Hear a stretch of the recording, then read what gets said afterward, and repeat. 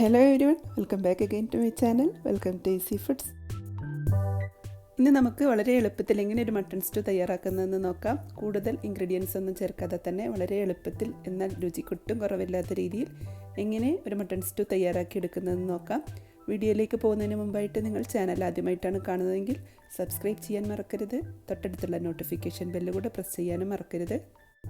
Mutton സ്റ്റൂവിന് വേണ്ടിയിട്ട് ചെറിയ സൈസിലുള്ള 1.5 വലിയുള്ളി എടുത്തിട്ടുണ്ട്. പിന്നെ ഒരു 10 ചെറിയുള്ളിയും 8 വെളുത്തുള്ളിയും ഒരു ചെറിയ കഷ്ണം ഇഞ്ചി എടുത്തിട്ടുണ്ട്. അത് നന്നായിട്ട് ചതച്ച് വെക്കണം. ഒരു 5 പച്ചമുളക് എടുത്തിട്ടുണ്ട്. രണ്ടറ്റവും പിളരാത്ത രീതിയിൽ നടുവ് കീറി എടുത്തിട്ടുള്ളതാണ്.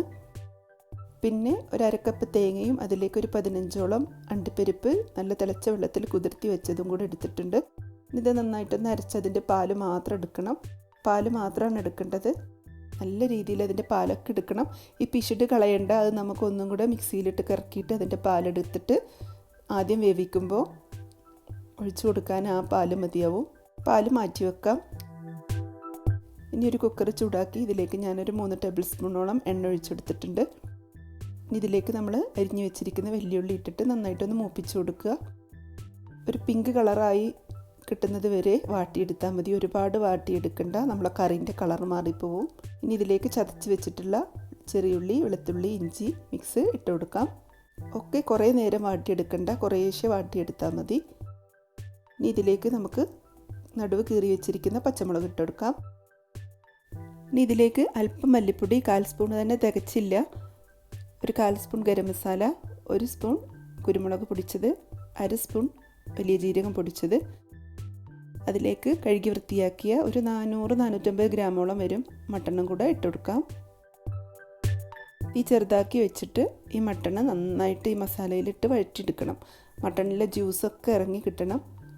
അപ്പോൾ അതിന് വേണ്ടിയിട്ട് തീ വളരെ ചെറുതാക്കി വെച്ചിട്ട് നമ്മുടെ വെയിറ്റ് ഒന്നും ഇടാത്ത രീതിയിൽ കുക്കറിൻ്റെ അടപ്പ് കൊണ്ട് തന്നെ നേരെ അടക്കണ്ട, ഒരല്പം ഗ്യാപ്പ് ഇട്ടിട്ട രീതിയിൽ അടക്കാം.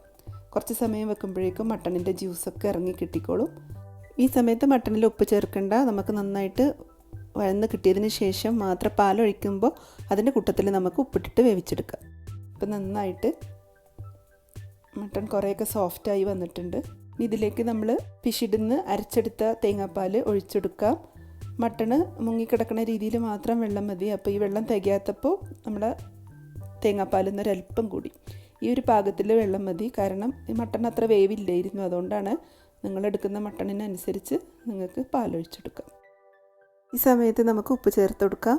ഇനി ഇത് നന്നായിട്ടൊന്ന് വേവിച്ചെടുക്കാം. ഇപ്പം നമ്മുടെ മട്ടൺ നന്നായിട്ട് വെന്ത് കിട്ടിയിട്ടുണ്ട്. ഇത് തുറക്കുമ്പോൾ തന്നെ നല്ലൊരു മട്ടൺ സൂപ്പിൻ്റെ മണമാണ് വരിക. കാരണം നമ്മൾ കൂടുതൽ മസാലയൊന്നും ഇടാത്തത് കൊണ്ട് തന്നെ ശരിക്കും ആ ഒരു മട്ടണിൻ്റെ ഫ്ലേവർ നല്ലോണം കിട്ടുന്നുണ്ട്. ഇതിലേക്ക് നമുക്ക് തേങ്ങാപ്പാൽ ഒഴിച്ചെടുക്കാം.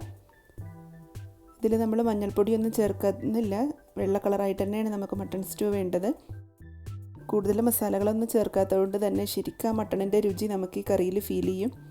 നമ്മൾ കൂടുതൽ മാംസത്തിലൊക്കെ മീറ്റിലൊക്കെ നമുക്ക് കൂടുതൽ മസാല ചേർക്കുമ്പോഴാണ് ശരിക്കും അതിൻ്റെ ഒരു ടേസ്റ്റ് കിട്ടാതെ പോകുന്നത്. വെറും മസാലൻ്റെ ഫ്ലേവറാണ് പിന്നെ നമുക്ക് കിട്ടുക. അപ്പോൾ ഇതുപോലെ മസാല കുറച്ചിട്ട് ഇതുപോലെ ഒന്ന് മട്ടൺ സ്റ്റൂ തയ്യാറാക്കി നോക്കുക. ഇതിലേക്ക് മല്ലിയിലയും കറിവേപ്പിലയും ഇട്ട് കൊടുക്കുക. ഞാനിവിടെ മല്ലിയില മാത്രമേ ഇടുന്നുള്ളൂ. അപ്പോൾ വളരെ എളുപ്പമല്ലേ മട്ടൺ സ്റ്റൂ തയ്യാറാക്കി എടുക്കാൻ, ഒരുപാട് സാധനങ്ങളൊന്നും ആവശ്യമില്ല. അപ്പോൾ എല്ലാവരും ഇതുപോലെ ഒന്ന് മട്ടൺ സ്റ്റൂ തയ്യാറാക്കി എടുക്കുക. നിങ്ങളുടെ അഭിപ്രായങ്ങൾ അറിയിക്കണം. വീഡിയോ ഇഷ്ടമായാൽ ലൈക്ക് ചെയ്യണം, കമൻറ്റ് ചെയ്യണം. നിങ്ങളുടെ ഫ്രണ്ട്സിനൊക്കെ മാക്സിമം ഷെയർ ചെയ്ത് കൊടുത്ത് സപ്പോർട്ട് ചെയ്യണം. Thank you for watching my channel. ഇൻഷാ അല്ലാഹ് മറ്റൊരു ഈസി റെസിപ്പിയുമായി അടുത്ത വീഡിയോയിൽ കാണാം. അതുവരേക്കും ബൈ. Thank you.